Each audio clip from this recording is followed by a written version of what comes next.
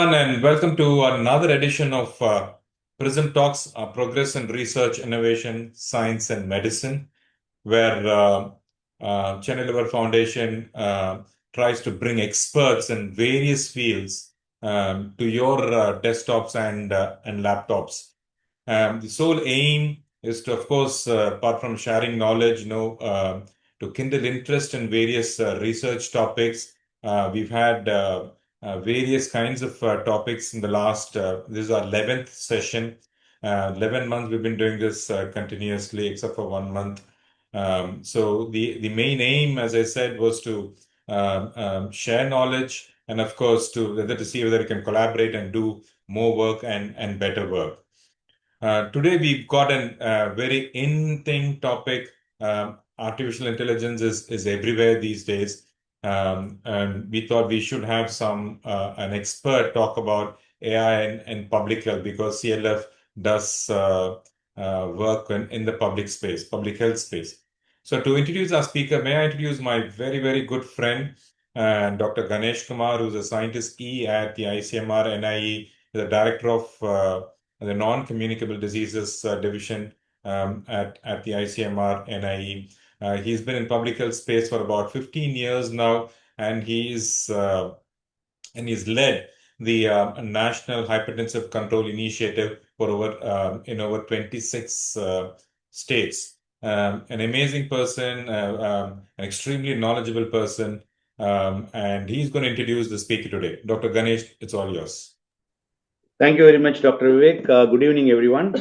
I am very happy to introduce my colleague and as well as my mentor, Dr. Prabhdeep Kaur, who is a chair and professor of IISc Center for Public Health, Indian Institute of Science, Bengaluru. She leads the interdisciplinary research and the training programs addressing the NCD's artificial intelligence in primary care and climate-related health challenges. She has worked nearly for 2 decades in Indian Council of Medical Research, National Institute of Epidemiology, and heading the division of non-communicable disease, with the various roles in terms of implementing the non-communicable disease program, mainly at the ambulatory setting and the primary care. So Madam is a principal investigator of Indian Hypertension Control Initiative, which got implemented in nearly 26 states. And she has also contributed to various national and global public health efforts, especially during COVID-19 for the state, to providing as an expert member. Madam is also the one of the chief investigator of the artificial intelligence for the health, namely the project called the TANU, which is funded by Ministry of Education, a large level implementation of artificial intelligence in the healthcare. And we will be today hearing from Dr. Prabhdeep about various excerpts and as well as the real insights about implementation of artificial intelligence in public health. Over to Dr. Prabhdeep. So I'm sorry to interrupt. Before we go, just a couple of housekeeping points which I totally forgot. One is for all the participants, we request you to put the questions in the Q&A section, which will be answered. We'll try and answer all the questions as much as possible, because all of you by default will be on mute. So please put in your questions there. The second most important thing is at the end of the session, there will be a survey which will be sent, which will be dropped in the chat box. We request you to complete that survey so that we can send you a certificate. Sorry for the disruption. Over to you, Dr. Prabhdeep. Yeah, thank you so much, and thanks for the opportunity. Thanks for the introduction, Ganesh, and thanks to the Chennai Liver Foundation for the opportunity. The artificial intelligence is the buzzword, and I think for us as health professionals, day in, day out, we are hearing it, and we always wondering whether this is something we should go for, not go for. Is it good for us, bad for us? And I don't think we have all the answers, but I think today in the next 30 minutes or so, and I will leave a lot of time for questions because I know there will be a lot of questions. So 35 minutes, I will give you a very high level overview of what are the opportunities, challenges, and share with you a little bit detail about one of the projects that I'm involved along with my colleagues at Indian Institute of Science. So just to put things in context, before I moved to IISc, I've been a clinician by training, and then as public health researcher, of course, got engaged with digital health in many ways, because that's part and parcel of a lot of public health programs. But I never knew that the world will change so fast. And in the last 4 to 5 years, and as I was transitioning into Indian Institute of Science, it just happened that that was also a time when Government of India and of course the private sector, everyone is now trying to adopt artificial intelligence. So there is a lot that we are learning, and things are happening too fast. So what can I say? It's something we were not trained for. Let me put it that way. When I look back at our education, medical education, whether undergrad, postgrad, I don't think we were ready for this world. But I think we have to make ourselves ready for this world. So that's just a very broad statement I want to make, especially to all those doctors and public health or any health professionals out there who come from a time when our training and our whole orientation has still been very, what should I say, we think doctor has the final answer, right? So what is artificial intelligence? It's a field of computer science which is focused on creating machines that can perform tasks that typically require human intelligence. That's a very high level, simplified definition. Now, artificial intelligence actually has 3 levels. So, initial days, most of what we used to hear about is what is called machine learning. Machine learning is where the system learns from the data and improves with experience without explicit programming. The next level of that is deep learning, where you have neural networks, which are somewhat like human brain. They have multiple layers, and this learning process actually mimics human cognitive process.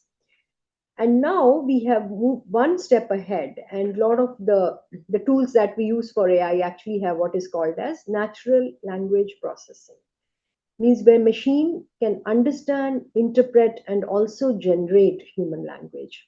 So if you look at the application in the health sector, and we'll be going through few examples today, they are across the whole spectrum, starting from machine, deep learning, and natural language processing. Now, this is the history, and earlier, there were if you look at most of the early AI work, it actually looked at medical images.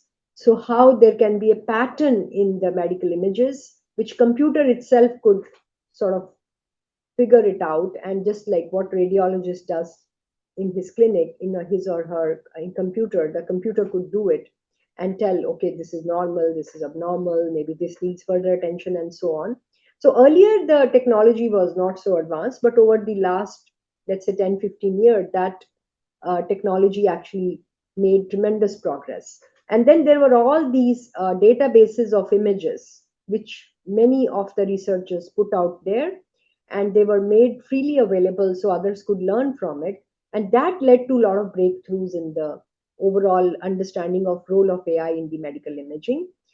There has been further progress in areas like dermatology and so on. And in recent times, a lot of progress that we are seeing is actually linked to the language models, what is called as large language models. Now, is it an opportunity? Yes. Why is it an opportunity? When you look at overall, how big is the AI global healthcare market? It is huge, and it continues to grow.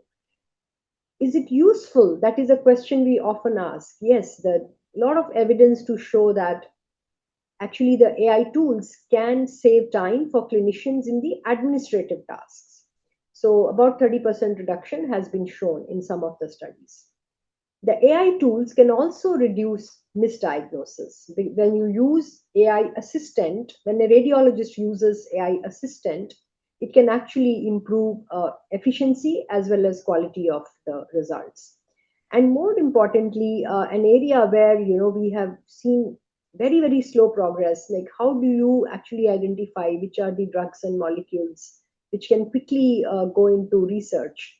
The AI tools are able to scan these molecules much faster and actually help researchers narrow down to the molecules, which then can go into the pipeline of further different phases of trials.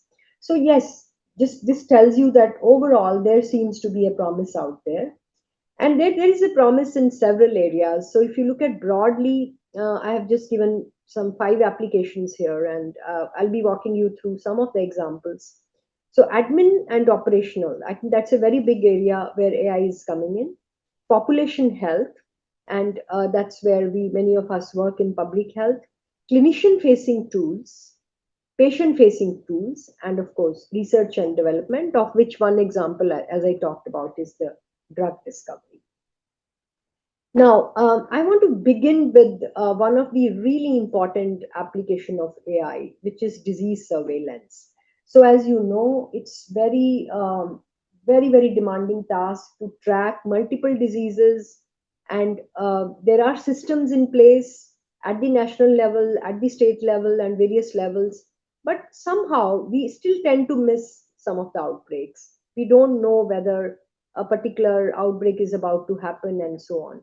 But in the recent times, if you look at several of these AI tools, which actually were not necessarily part of any health programs, but so on, but which came more from the tech world, have been used to find trends, unusual trends, which helped in picking outbreak. One example of that is the Google flu trends, where they try to track, what words people are using to search in the Google. And if there are certain words which are coming up again and again, then there is a pattern recognition at the back, and it tells you, okay, maybe there is something unusual going on in that particular area. Similarly, you can use satellite data and several other kinds of data which exist, which can be used to predict different kinds of outbreaks. For example, certain patterns in the vector, humidity, weather, and so on can help you predict what can be the hotspots for dengue or malaria and so on. Similarly, most of the surveillance programs now in India and of course globally have a sort of system wherein they scan through various social media, news, local language, and try to see, okay, is there some patterns emerging, and hence try to pick if there is a signal for an impending outbreak. And it has been shown that actually AI can do this much faster than humans, because it can synthesize data from multiple sources, it can make sense of patterns over a period of time, and it can integrate data from which is coming from multiple layers. One may come from internet, one may come from lab, one may come from hospital, and synthesize and tell you if there is going to be an outbreak. So the other next example is the really important one for which is important for clinicians, which is in the area of diagnostic imaging. Now, diagnostic imaging is where we have seen maximum applications of AI emerging in the past 10 years. And it began a lot with radiology, but it is also now extending to other fields like pathology, ophthalmology, and so on. So what radiology is the one where, because most of the AI tools actually look at images, at least the ones which have evolved earlier are mostly looking at images. And it has been shown that these models can actually screen multiple images very fast. They can save the time of radiologists, and they can also be a good assistant to radiologist. Now, pathology is an emerging area in diagnostics, where now there are slide scanners. You can put the whole slide into the scanner, and it then picks up if there is any cancerous cells, or if there are any patterns which show that whether this slide could be of a patient who potentially has a cancer.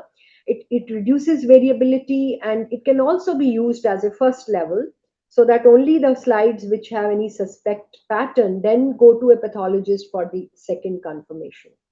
Ophthalmology is an area where we have seen tremendous progress in AI.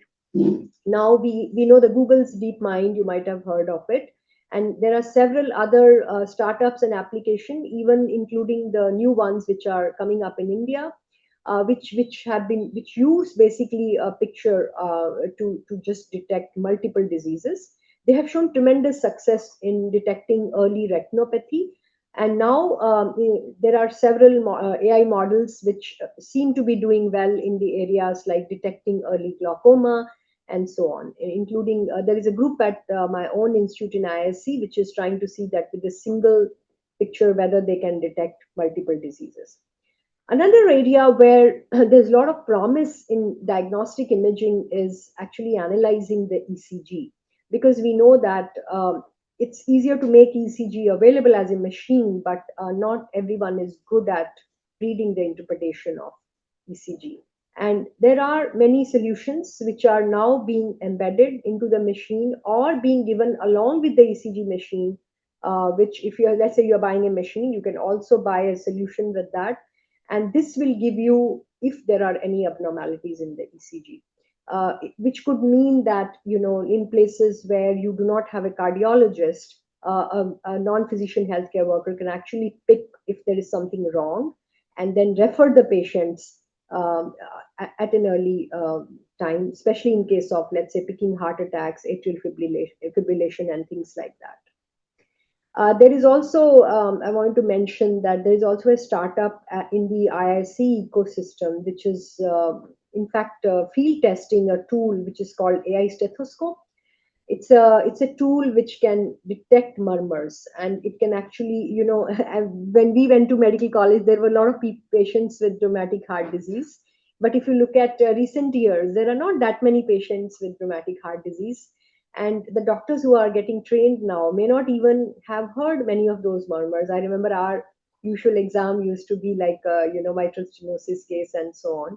And now you don't even see so many cases with those conditions. So this AI stethoscope actually is trained to detect murmurs and then identifying patients who need to be referred with any kind of cardiac abnormality, especially in the remote settings where you may not have a trained cardiologist. So in the diagnostic space, there is a lot of promise, and we hope that these tools will in the coming years get deployed in many settings.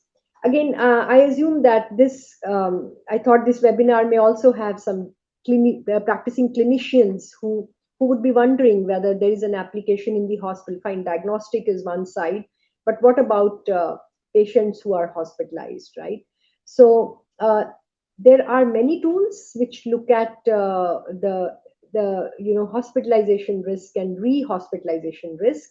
There are tools which are prognostic tools, which are able to sort of analyze if you have patient data which is in electronic form and it is continuously collected over a period of time.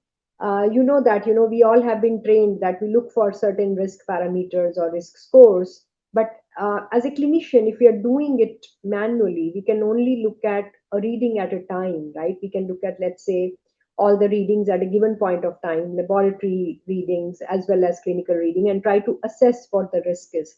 But what these models do is they actually look at continuous data, which may come from your ICU, which may come from your lab and multiple sources. And they can actually predict pretty well if a patient with sepsis is going to deteriorate.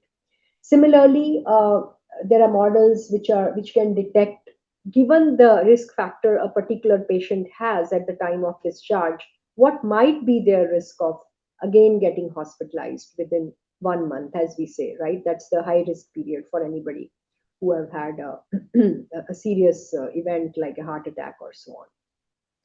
There are tools which can help you in better planning in the hospital. For example, you can do the demand forecasting in your ICU, depending on the kind of patients you have, the kind of pattern that you are seeing in your setting, that what might be your requirement of human resource beds and so on. So those are all from the admin perspective. So there are different applications which are being used in the hospital settings. Now, this is an interesting application I want to talk about. In fact, I don't know if any of you read Ken. There was a very interesting article. Ken is a sort of a little bit, what should I say? They do a deep dive into several issues. It's a newsletter, and they actually carried a really nice stories on AI scribes and saying that can AI scribes really survive in the Indian healthcare environment? So what do these AI scribes do? These are the tools which actually listen to the doctor-patient interaction. So you are literally doing the notes without writing. So they can do the transcription and then create structured note and putting them in respective categories. Okay, this is symptom, this is the clinical signs, and then trying to come to some sort of an overall conclusion. Now, so the article actually talked about several startups in India which are coming up in a big way. This is one website you can look at. So Suno AI, which is an Indian sort of a startup company, and there are many others like Deep Scribe and others which are global companies. So what these tools do is that they actually cut short the time for the doctor. That doctor doesn't have to sit and write notes. They're automatically getting transcribed. And what's more interesting is now many of these tools are actually looking at Indian languages, that even if you are talking to patient or you're giving this, let's say you are reading out your summary to the nurse, if it is in local language, can it still be transcribed? And that's where the direction that it is progressing. And so the challenge this interesting article actually talked about is that, our clinics are noisy. It's crowded and there are so many sounds out there. So can these tools really perform well? So I think that seemed to be a challenge that they are finding in the Indian settings. So some of the tools which actually seem to do very well elsewhere may not do well. But this is again, the technology is going really fast. You also have tools which can actually go directly. So not just do the transcription, but also do the they can actually take that information to even EHR. So if let's say there is a EHR and you can actually populate from what you said to actual record, so you actually don't need to enter the data at all. So I think and the technology is progressing really fast in this space. Now coming to the low resource settings, there are tools which are now being integrated into our India's health programs. And I'm just giving you a few examples here. One is in tuberculosis. So there is a solution which is now Indian government has in fact started using in several states to read the chest x-rays for TB, because we are trying to eliminate TB and we would like to see that, even if there is limited capability to read x-ray, you are able to actually make sense of it. Retinopathy, again, very recently, Government of India has launched a program, and in several states and in pilot mode, the portable fundus cameras have been provided with the AI tools, which can actually help detect if there is an early retinopathy. The other interesting application which is making its way, and again, this is again being done by one of our startup in our campus Art Park, along with the NGO called Arman, which is a multi-modal chatbot, which is being used by ANNs who are managing high-risk pregnancies. As you know, in India, we have, large, still many of the states do have a large burden of maternal deaths. And most of these maternal deaths happen among women who are high-risk women, like their pregnancy is high risk. And there may be some questions which are not getting answered in time, and hence they may not sort of report in time, and they may not reach the right level of facilities in time. And this chatbot has been developed in multiple local languages, where a healthcare worker can actually ask questions, and she can ask questions related to any of the antenatal care and protocols. And it's already been deployed in 2 or 3 states, and they are finding very, very positive feedback on that.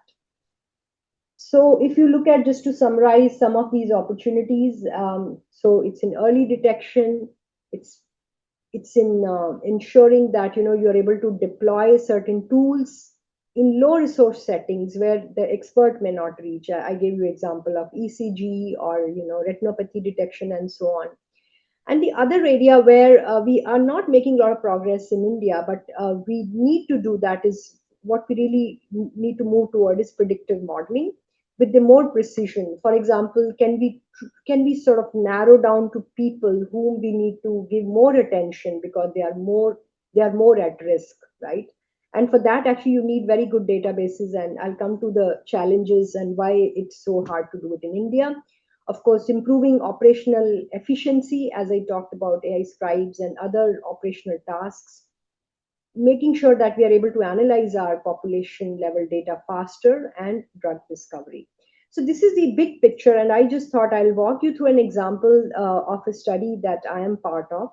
So our team at Indian Institute of Science, with my colleagues from various multiple departments, very multidisciplinary project, have been working on image-based point-of-care oral cancer screening technology. And I'm just showing you this example to walk you through, the kind of effort it takes to actually develop an AI tool. And as you all know, that oral cancer is a big problem in India. India has 1/3 of the global burden of oral cancer. 80% of the oral cancer is diagnosed very late, advanced stage, and most patients are not able to access care in time. So there have been efforts that the nurse could take a picture, send the image, and then a dentist at the other end could possibly interpret and say if the referral is required, but it's not been possible to scale this approach. And the current system, which is basically uh, oral visual examination. So there are clinical trials which have been done, which show that if you examine the mouth and you find any patch and you refer the patient, you can actually save lives. But sadly, the coverage is very poor. Less than 2% people have undergone screening, and there's a huge variability even if you are training the nurses. So this gap we are trying to address with this tool, which is an AI model which sits in the phone, and as soon as the nurse takes the picture, it is actually telling the nurse, okay, is it normal? Is it abnormal? Can you refer the patient, or can the patient go home? So the development of this tool actually was done over last 1.5 years, or rather 2 years, I would say. Initially using a retrospective data set, which had more than 30,000 images, training this data set, doing internal and external validation. And currently this tool is ready and ready to be deployed. We are actually rolling it out next month. It has sensitivity of 87% and specificity of 86%. And this is how it looks like. It's a very simple mobile application where the nurse actually puts in the name and gender. Then she actually just screens to know whether this patient is eligible for screening or not, because they should have either a history of tobacco use or alcohol use. And then she goes on to take 8 images, and and based on that you interpret whether it is suspect or not. So we have done a very large scale data collection for validation, and at the scale up, we have gone through a validation process where the AI plus 2 readers, they all read the same image and arrived at whether there was a adequate agreement or not, and it tells you whether it's a suspect lesion and whether it is a high risk lesion. So first level, it tells you, like, let's say of the 100 people, if they are examined, we expect that about 23% of those high risk may have some sort of a suspect lesion, and few of them may be high risk, which means they require referral. So currently the AI model is good in picking up suspect, and we are also training it further so it is able to actually pick whether it's a high risk lesion. And just to let you know that Indian government guidelines require that if you are developing an AI tool, it's called software as medical device, and it has to undergo certain approval processes. And we are currently gone through that process with Cedesco, and we are for doing the initial work, and then finally for deployment we are going through the licensure process. This is just to show you the sensitivity specificity of this model. And these are the sites where we are hoping to deploy. And we do understand that, still there is a lot of concern whether AI can make mistakes. So hence, if you can see here, we do have human in the loop, which means that all the suspicious images and 5% of the normal images will be seen by a telespecialist to confirm whether what AI said as abnormal is really abnormal. Because when we go and talk to the field, still people ask questions like, are you sure that AI is going to make the correct judgment or not? So I think we are in a phase where we still need human in the loop solutions, or at least when our deployments need to take that into account. I think this is true for most of the AI solutions which are getting deployed. Now, before I end, I think I talked about a lot of opportunities, but I want to talk about some of the challenges. I think our biggest problem is lack of good data. We say that we have EHR, we say that many hospitals are fully electronic and so on. But when you really go and look deep into the data, a lot of that data is not analyzable. And a lot of EHR data which has been collected is very fragmented, or it is collected more from an administrative point of view and not necessarily from a research point of view. And it could happen that a lot of information is actually in the discharge summaries, which might be scanned as PDFs and so on, or it's written in a textual form, but then to extract and then make it analyzable itself is a huge cost, and not everybody is willing to do that. The next challenge is for whom the data is available. So what usually happening globally, this is an issue that you may have more data available from certain groups. It could be certain social groups, it could be in terms of race, ethnicity, and so on, and hence the data may not truly represent all the patients in the universe. The third big challenge we have is data labeling. So for example, we are working with this oral cancer, so for you to actually compare what AI says, that there has to be a human who has to actually label that image. And doing the labeling and ensuring that there is a minimal inter-observer variability, doing this labeling for large number of data sets, whether it is images or whether it is slides and so on, is expensive and extremely challenging. And again, another big challenge is a lot of data is lying in the siloed systems, which are not interoperable. So you cannot really pull it out, pull it in one place and analyze. So actually the biggest problem in AI is not the knowledge of making AI model. We actually have really good engineers in India, but they come back to us and say, give me the data. And half of the times, we find the data quality is not good enough to create AI. The other big issue is the algorithmic bias and the equity. So when you create these kind of AI tools, you need to make sure that your data is representative. And there have been these, examples of tools. For example, this was a study from US which showed that a tool which was created mostly on white patients didn't work very well on the black patients. And these kind of, if you have inequalities and if you do not have good representation in the data, then that will get translated into your AI model and it will keep replicating. And it's quite it looks like a small issue, but it is not, because as you know that we may have data sets available mostly for populations which have better access to healthcare, and there are other populations who may not have good access to healthcare or may access healthcare in places which is not digital, and hence you may actually end up with very, very biased algorithms. And of course, I think we are still in very early stages in terms of regulation, accountability, and trust. And some of the things I've highlighted here. So, of course, like in US, for example, they have a FDA clearance, but there is very limited post-market surveillance. In India, the CDSCO has something called software as medical device, but it's at a very early stages. We still have a lot of gaps in the regulatory system. The black box problem, the AI is giving an interpretation, but is it interpretable? How is it that a clinician can say why the AI said what it said? So that's called interpretability. The issue of liability, who is responsible if AI has given the conclusion? Finally, who has the legal responsibility? Generalizability, and I think it's a really important point I want to make. Predictive models cannot be transported. Causal models and predictive models are very different, and predictive models, if they are developed using data from a certain population, unless you have used very large sort of representative data sets and tested them in diverse settings, you may not be able to generalize these. And recently, I'm sure you all have heard of DPDP Act and the whole challenge around consent. Can you really, which data can you use? Do you need consent from the patient every time? Or what kind of consent is considered acceptable? And finally, I think, which is a worry with a lot of senior doctors, that the junior doctors who are getting trained more with AI, will they really be able to make good decisions, or will they trust AI even when it is wrong? And the questions of privacy, security, ethics are really big questions. No one wants to share data because it's patient data. The hospital may say, I cannot give you data.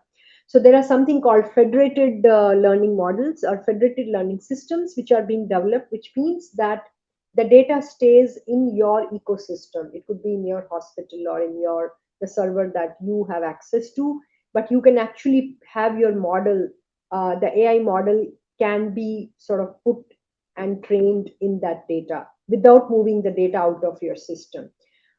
Ensuring that there is a data safety when you try to do data sharing. We need better data exchange platforms. Then anonymization. It looks simple, but can you really anonymize, ensuring privacy? And aggregation can be a huge challenge. So you need to have governance systems in place. And of course, I think it's not just technology. There is a human side of AI which we all keep hearing about, and I think this is a real issue. How we are going to fill the literacy gap? Like most of us were not formally trained in AI ML. Of course, we may not go on to develop AI model, but how do we develop sufficient literacy that we can say, is this a good AI tool? Can I use it? Is it good enough for me to be used? What are those? What is that benchmarking? How do you evaluate as a clinician, as a public health professional? So I think there's a lot we need to do in that space. And can AI really fit into the workflow? Because if it doesn't, then people are not going to use it, because people have to still do their work the way they were doing. And they may just not use the AI tool even if it is good, because it's not fitting into their flow.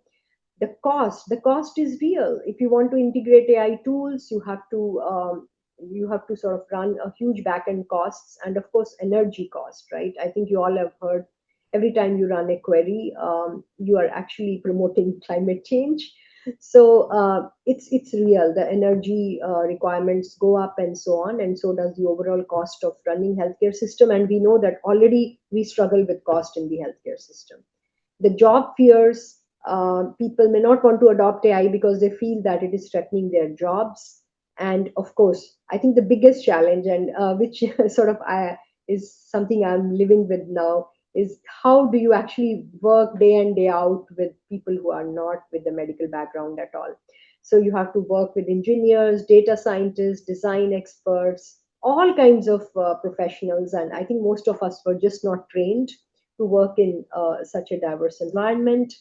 Um, so, what shall we do? I think these are some of the takeaways. We all need to educate ourselves. I think there's no way around it. We need to understand what it can do, what it cannot do, and adopt if we can. We should have an ability to critically evaluate these AI tools. We should know, okay, is it validated the way it is supposed to be? Can I trust this tool? We need to participate in AI governance. We cannot say, it's an engineering thing, I have nothing to do with it. We need to be part of those various governance mechanisms depending on whatever organization you are part of.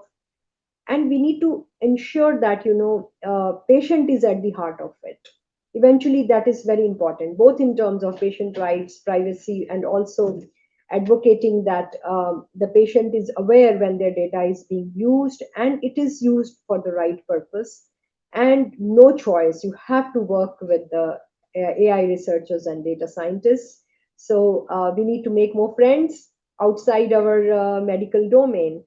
And doctors who will use AI will replace those who don't. So AI will not replace doctors, but AI will replace doctors who don't know how to use AI. Thank you.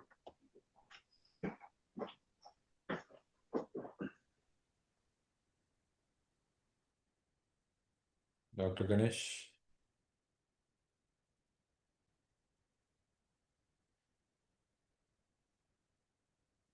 Okay, anyway, madam, that was brilliant. Thank you very much. And of course, the last slide was, I think the most important eye opener, I think. Doctors use AI will replace those who don't. So I think there are a few questions which are coming in. So before that, if I may ask, say for example, someone's using AI to make a diagnosis, Yes. and say for example, the diagnosis goes wrong, right? Mhm. Machine is wrong. where are we legally? I mean, Yeah, right now doctor is accountable. Doctor is accountable. Yeah. Right. Okay. So that's why I said at this point, I think most of the AI tools have human in the loop. So you can use it for the, let's say, first level. But still there has to be a doctor in the loop, because the regulatory system has not stepped up to sort of replace, I mean, or let's say to hold AI liable for making the wrong decision. Yeah, at least in India. and as far as public health is concerned, I mean, how would you say, for example, I'm a liver specialist, and one of our prime work is in viral hepatitis. Of course, we do a fair bit of work in fatty liver disease. Can you just share some examples so that we also can get interested to see how we can work, or give us ideas as to how AI can be implemented in any of these verticals? Yeah, so I think for the fatty liver disease, so basically what is happening is in all the imaging, let me say in general, right?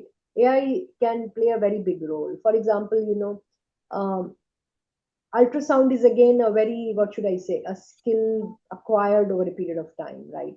To pick what is abnormal and normal. And if you have AI algorithms sitting in there, you can actually train a larger number of, let's say, non-radiologists to do the screening. But I can tell you, there's a colleague of mine actually who is trying to, sort of work on something like this. There's a remote ultrasound kind of concept. But the main issue we find with ultrasound right now is actually PNBT Act. And that's one of the reasons you're not able to really bring in innovations in ultrasound oriented imaging things. There's just too much regulatory constraint there.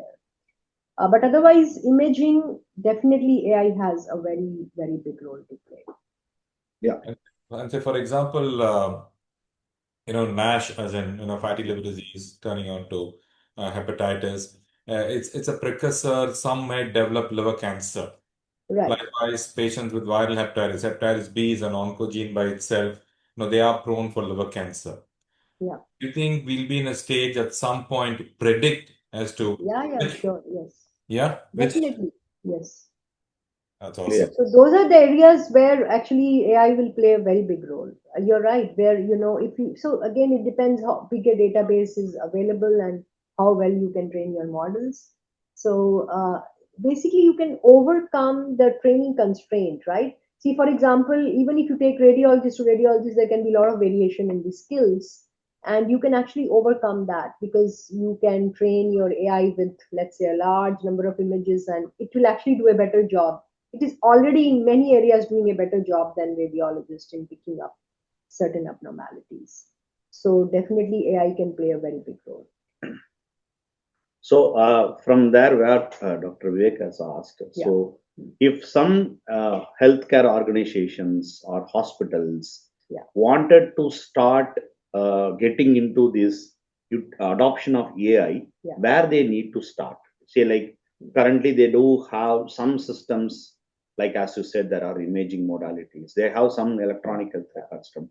If they need to start somewhere else, where they need to start? Yeah, I think admin tasks are the easiest and the low risk tasks to get started, because that is where you can save time. You can start with the voice to text. There's actually now voice to text to EHR. You can actually go from voice to text to electronic health records. And I think already many of the EHR companies are trying that. I think that's a low hanging fruit because legal issues are less in that. And then, of course, now I think several tools are available for radiology, which are already deployed across many hospitals, like for mammography, for many of those applications where you can fast track things. Retinopathy is another one. I think if you have any kind of an outpatient where you are seeing a lot of people with diabetes, no matter whose clinic it is, it could be a GP, it could be a physician clinic, you can deploy retinopathy solutions. They are not very expensive. All you need to do is just a picture. And it gives you, and then you can refer to ophthalmologists. So you can improve their early referrals. I think these are low-hanging fruits. And they are pretty well tested, validated. Eye is a very promising one.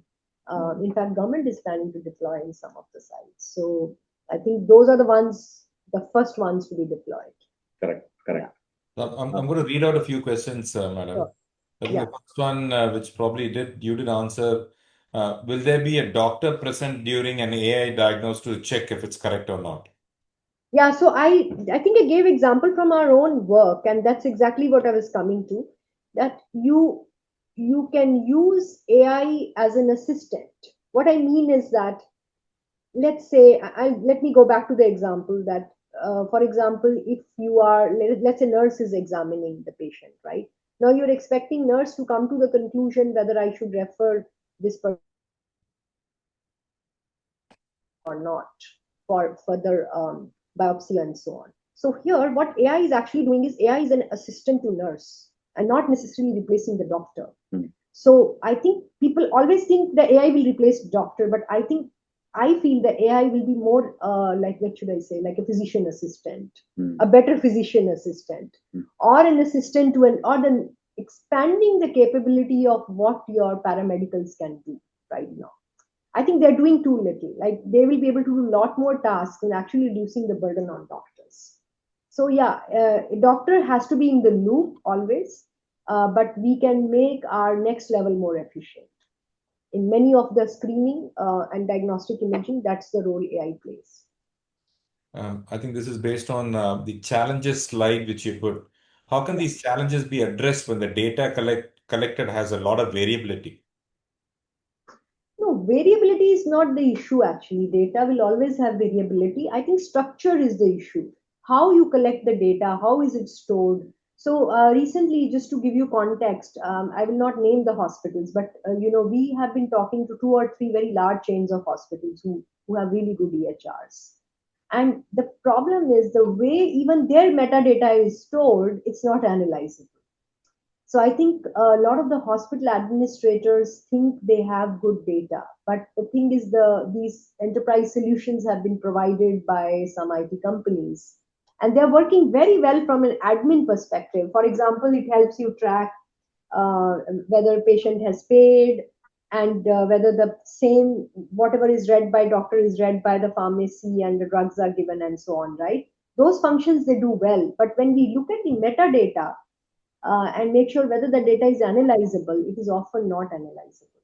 So I think what those who are in the hospital environments can do is visit whether the systems they are using are collecting data in analyzable formats.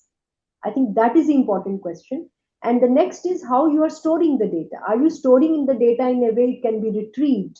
And let's say you develop collaboration with an AI researcher. That person says, no, you give me data. And there are situations people are not able to retrieve the data. So I think those are the very simple challenges which can be addressed by the hospitals who want to eventually maybe collaborate with the AI researchers to develop AI tools on their own data. Right. Another question is, are there any reliable resources that you know of to personally develop AI literacy among doctors? So I came to know recently National Board of Examinations did a series of online webinars, and it was, I came to know, attended by some 40-50,000 doctors. I was surprised to hear about it. One of my colleagues, Panindra, gave lecture in that. So I think there are some efforts like that going on. Maybe you can look up whether these things are being sort of replicated. We conduct a 2-day, very, very sort of crash course to improve AI literacy among doctors at IISc every year. And this year it's in end of May. This year registration is closed, but you can keep an eye on our webpage, IISc Center for Public Health. We have a very active LinkedIn, and we do keep posting there. So apart from that, I think there are online courses from various international universities which are available through Coursera and edX and so on. Right. And the next question is, what's the optimal sample size or ratio, disease versus healthy data for training AI model to improve predictive performance and disease detection? Yeah, that depends on what you're training it for. I think cannot answer that question, but what we say is it should be a balanced data set. For example, if you're training AI for 5 conditions, then you need to make sure your data set has adequate number for those 5 conditions. So usually it will be minimum in thousands. So I can't fix a number, but it's a reasonably large number. Again, from the same person. I mean, he's an anonymous attendee, actually. To overcome, to overcome the black box constraint, AI models called explainable AI was developed, and here many such tools in the healthcare system too, but more so in the West. Have you come across such tools in India, ma'am? And what's Yeah, definitely. The black box constraint basically means that, what explainability means. It's very simple. Like when let's say AI says it is abnormal. I, as a doctor, should be able to look at it and find what is abnormal in that. That's explainability. Let me say it in very simple words. And I think a lot of tools which are being developed in India are definitely, they are giving attention to explainability. Considering the HR issues at the public health facilities in India, what initiative can be taken to help them minimize the data entry and monitoring work and focus more on clinical? I think the voice to text is the way to go. There are like studies going on. I don't think we are there yet. But once the problem in doing voice to text in our primary healthcare system is the multiplicity of languages and dialects. And we still do not have good database to train language models in various Indian languages and dialects. But I think once we get there, if we can make nurses record things rather than write, I think that will be the success of AI, in my opinion. That's where we'll truly see some sort of, what should I say, shift of the time for nurse, that she can actually focus on patient and not on the tools. Awesome. So what are the policy level changes that are being undertaken by the government of India for promoting AI in public health institutions, apart from TB and diabetic retinopathy? No, I think TB and retinopathy are the first tools which are getting adopted. Policy level, Government of India has recently announced a policy. It was announced during the AI Impact Summit. It's called SAHI. But apart from that, I think it's really not a policy problem also. I think our systems are not ready, because for you to deploy AI tools, you're going to require certain IT infrastructure, both hardware, software, and so on. And it's not so easy to bring those changes in the system. So I do think that hospitals will be the earlier adopters, and primary healthcare system will take a longer time, because hospitals who are already sort of running good EHRs can easily embed AI tools into their EHRs. But when you don't have EHR, it is going to take a lot of effort to embed AI. Is there any training given for healthcare workers or researchers in Chennai or anywhere in South India, apart from your place, obviously? We answered this already. I'm not aware of that. Yeah. No, I'm not aware of that. Yeah. Right. The 2-day course. Yeah, I know. But this year our I will request Dr. Ganesh to share our information of the course that we are doing this year. But this year our registration is closed. But if you can keep an eye on our LinkedIn, we do it once in a year. We'll try and see if we can do it more often. But right now we are doing it once in a year. And there's a question, I think, on medical legal aspect. I completely agree, and it's very premature. But yeah, definitely, I think you need a legal person in the room for that. Recently, with the DPDP Act, there are several clauses which actually look into which data you can use to train AI, which data you cannot, or what you need to do to make sure that you are able to use data to train AI. So I think, if you are getting into that space, it is important to be aware of it. Yeah, Dr. Abel Rajratnam is one of our, he's on our advisory board, and he's a communication expert and a public health specialist. He works out of Madurai, and he comments that the doctor has to be above AI and be prepared to see errors coming in and not depend exclusively on AI. Well, yeah, that's what most doctors think. Well, the engineers will tell you that in so many domains, the AI is doing better than doctors. So I think that fight will continue. It's not going to end there. But I think both are true, to be very honest. There are places where doctor may do better than AI, but there are already certain applications where AI is doing better than doctors. I won't say it applies to all, but in some of the radiology applications, it's been shown. So I don't cannot fully ignore. Yeah. I don't know what my father's, I don't understand this question, but anyway, I think he's asked whether AI will read the report or will read the picture itself. Yes, it reads the picture. So all the AI applications right now, they actually look at the image. They are trained to read the image. Data needs to be completely accurate. Yeah, I completely agree with that. What is this NBEMS? That is online. That is a national board. Yeah, that's what I said. I came across that, and I think many people are actually attending those sessions. Maybe you should register for that. I have a final question from my side, madam. Like, what is the one question about AI in public health or healthcare that you think we are not asking enough, but urgently it should be? I think it's most important thing is data. I mean, we are talking a lot about AI, but actually, like, we are not talking enough about data. Okay. And I think one more thing which I really want to say, and I heard this in AI Impact Summit when I attended it recently. Somebody said that the question we should not be, we are always saying what AI could do, but the question we should ask is what AI should do. Okay. Because you can't let AI do everything that it can do, right? It can also win wars, right? But do you want to deploy it for war? No. The point is that there are so many things AI will be able to do in any sector. But as healthcare, let's say healthcare professionals or the governance mechanisms within that domain, the question we should ask is what is it AI should do? Okay. And we are not actually reflecting enough on that, because then you prioritize what for you should build AI. Because the engineers will come around and say, I can build this, I can build that. This is simple, that's complex. I hear it all the time. I sometimes take some problem with it. This is very simple. Why do you even need AI for that? But I said, no, this can be helpful. But what I'm trying to tell you is that, those who are developing technology, they are fascinated by what technology can do.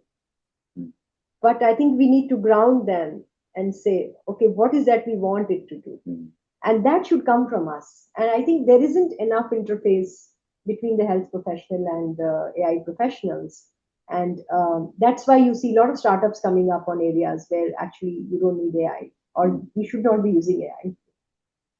I think in continuation of Dr. Ganesh's question, I think there's no dearth of clinical material, but then the data is not being collected. I mean, the amount of people going to GH, I think organizations like yours and ICMR should convince the government to digitalize everything to begin with. Is it not? No, my point is even digital data is not analyzable. That's the problem we are facing. There are no, but one is the quality, but there are also going to be legal constraints. Everything that is digital cannot be used to train AI if it's not collected with appropriate consent. So I think we really need to focus. So we have not invested enough in building good quality databases which can be used for AI, like which are good technically and legally, ethically covered, right? Actually, that is our problem. Correct. And if we don't address that, there is a lot that technology can do, but AI sits on top of data. It's like, you have a chef, but you're not giving the ingredients and you're asking the chef to cook, right? Yeah, exactly. It's a good chef, but what will it cook? Thank you very much, ma'am, for this wonderful session. It was very insightful.